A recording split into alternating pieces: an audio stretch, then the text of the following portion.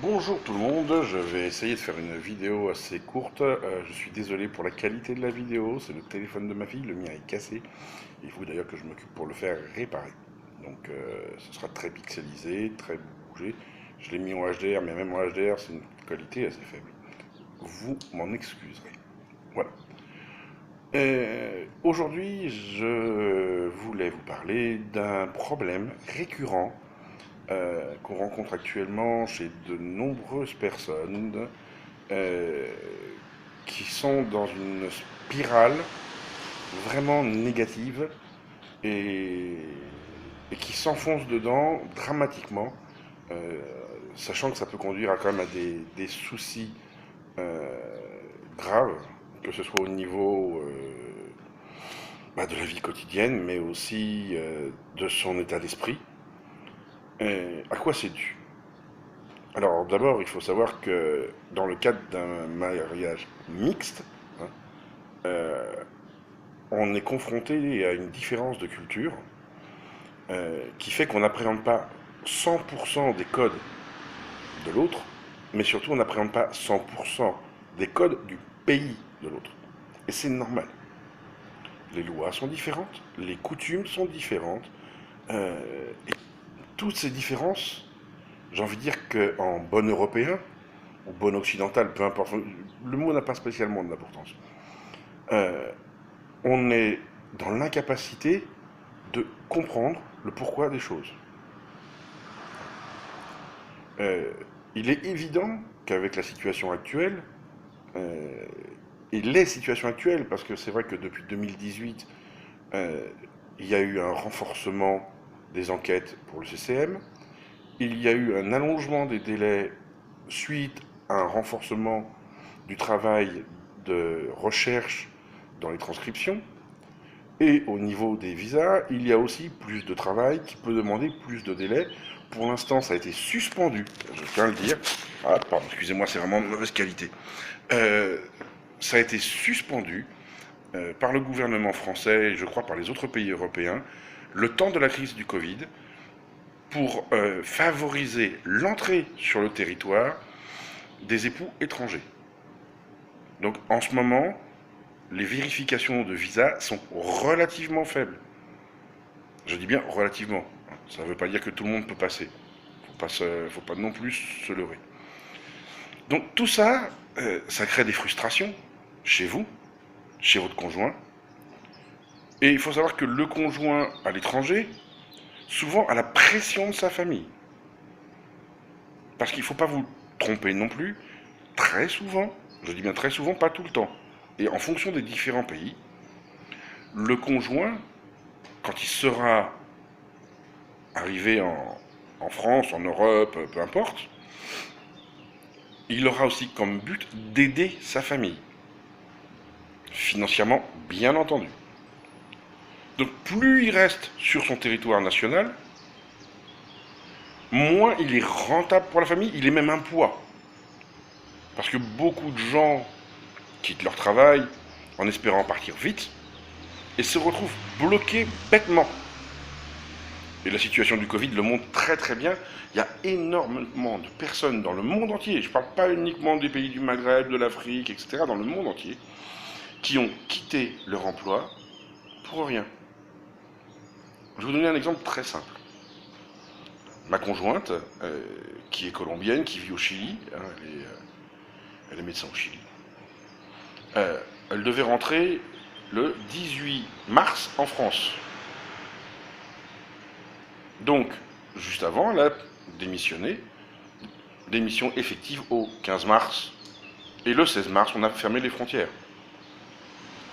Elle s'est donc retrouvée dans une situation où elle n'avait plus d'emploi, où elle devait rendre son logement, et qu'elle ne pouvait pas venir. Vous voyez, c'est quand même très compliqué. D'autant plus compliqué que contrairement à ceux qui ont un visa dans certains pays, nous avons des accords avec la Colombie et le Chili qui fait que ces personnes n'ont même pas besoin de visa pour venir chez nous, même en long séjour.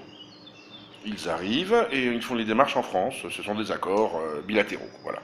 C'est pourquoi j'en sais rien. Ce sont des accords qui ne nous regardent pas. Si, qui nous regardent un petit peu, mais on n'a pas à connaître les tenants et les aboutissants, ce qui est assez logique.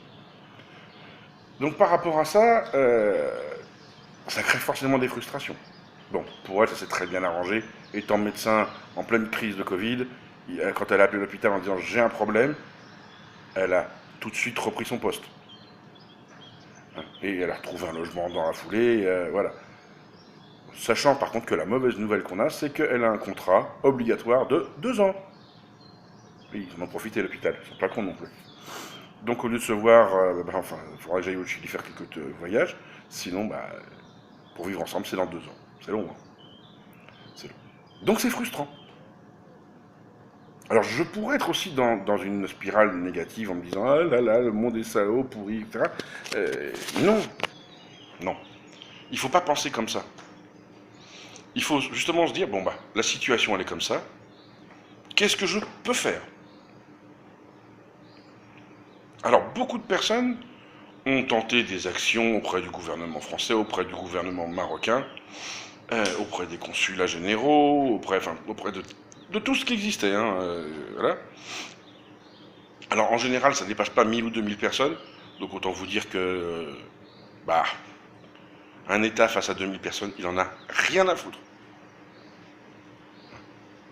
Et c'est un peu comme le bureau de transcription qui vous envoie un mail automatique. Là, c'est la même chose, on vous répond n'importe quoi pour vous faire taire, pour vous calmer.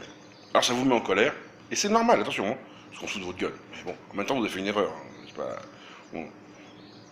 Parce que quand on est dans une situation sanitaire comme le monde est actuellement, du moins comme on nous le vend, hein, parce qu'est-ce que c'est vrai ou pas, bon, ça c'est un autre débat. On doit... s'en prendre à un gouvernement qui essaie de protéger des milliards de personnes pour quelques milliers, vous comprendrez bien que c'est tout simplement ridicule. Et voué à l'échec. Il suffit d'attendre.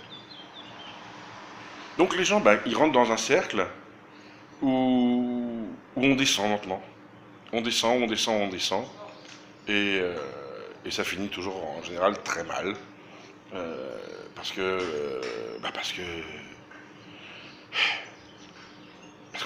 quand on descend, on finit par se bousiller le cerveau. Et on devient dépressif, dans le meilleur des cas. On peut aussi développer d'autres pathologies psychiques plus graves. Il faut se méfier de ça. Il faut se méfier de ça. Sachant qu'en général, en plus, quand on regarde les profils des personnes qui commencent à descendre, malheureusement, c'est rarement les personnes les plus équilibrées dans leur vie, c'est pas forcément les gens qui ont eu les passés les plus faciles, etc., etc. Donc c'est des gens, ça leur en rajoute sur le dos, et il y en a qui se disent je suis maudit. Vous voyez, souvent on entend des gens dire ah je suis maudit, j'ai pas de chance. Personnellement, je ne crois ni aux malédictions, ni à la chance. C'est tout. Mais après, c'est personnel, hein. Voilà. Et ces gens-là, ils commencent à descendre. Ils en peuvent plus, ils en peuvent plus, ils en peuvent plus. Ils arrivent dans le déni.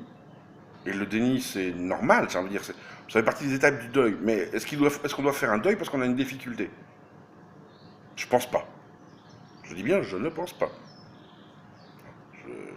Voilà. Après, ces gens, une fois qu'ils sont dans le déni, ils arrivent dans une phase d'agressivité extrême.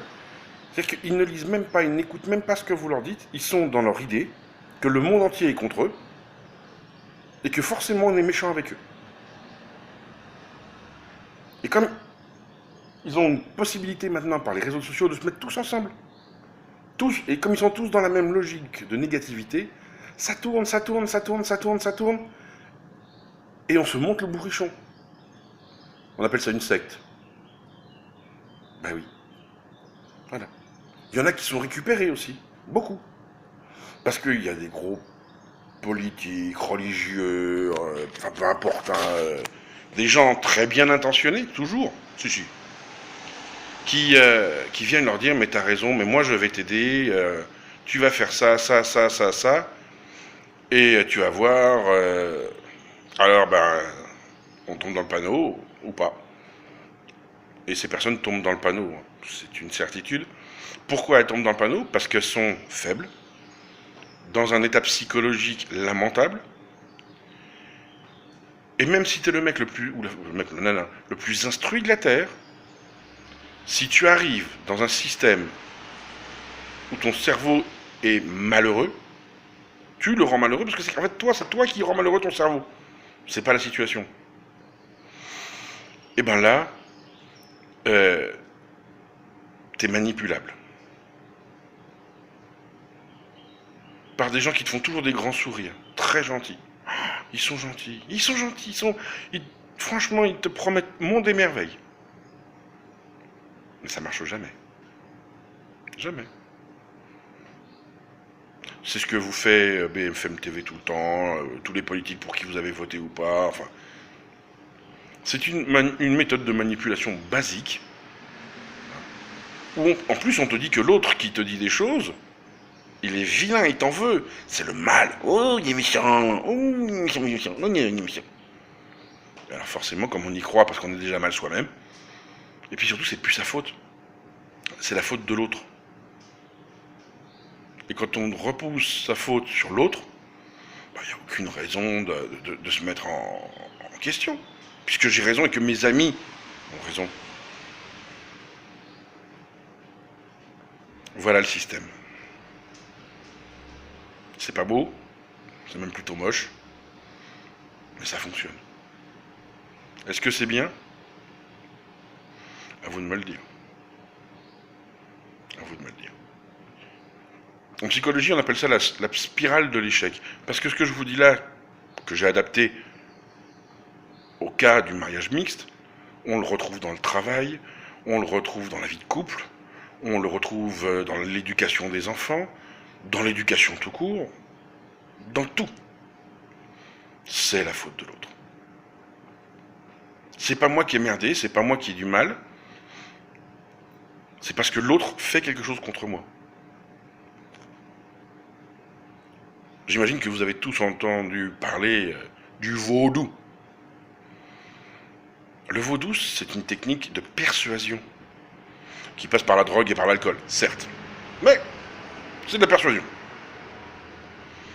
On arrive à persuader les gens que ce qui n'existe pas existe. Vous me direz la religion aussi, non, ça ne faut pas en parler, c'est différent. La foi, c'est quelque chose qui est utile. Ou pas, ça dépend des gens. On est bien d'accord, la foi c'est l'intime. Mais c'est exactement ça. On va manipuler les esprits individuellement et de masse pour arriver à donner une impression que rien n'est choisi et tout est subi. Est-ce que ce sera vrai ou pas vrai? Voilà. Mais il y a quand même une bonne nouvelle. Aujourd'hui, des conjoints de Français ayant leur visa D ont pris l'avion. Direction la France. Et ça, c'est une très, très, très bonne nouvelle. Je leur souhaite un très bon vol, un très bon établissement en France. Surtout, n'oubliez pas de valider vos visas OFI le plus vite possible. C'est pas difficile, c'est sur Internet, c'est facile à faire. C'est vrai que ça coûte un peu de pognon, je crois que c'est 250 € le timbre fiscal. Vous me corrigerez si je me suis trompé. Mais faites-le le plus vite possible. Parce que là, c'est des milliers et milliers de personnes qui vont arriver. Et je ne sais vraiment pas comment l'OFI va pouvoir gérer autant de personnes en aussi peu de temps.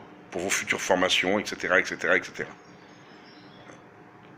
Il est temps pour moi de vous laisser tranquille. Ça fait 15 minutes que je parle. Je vais le mettre une fois de plus sur YouTube. N'oubliez pas de mettre les pouces bleus, de vous abonner à ma chaîne, blablabla. Blablabla. Ma chaîne ne parle pas uniquement du mariage mixte. Hein. Je fais des coups de gueule, je fais plein de trucs.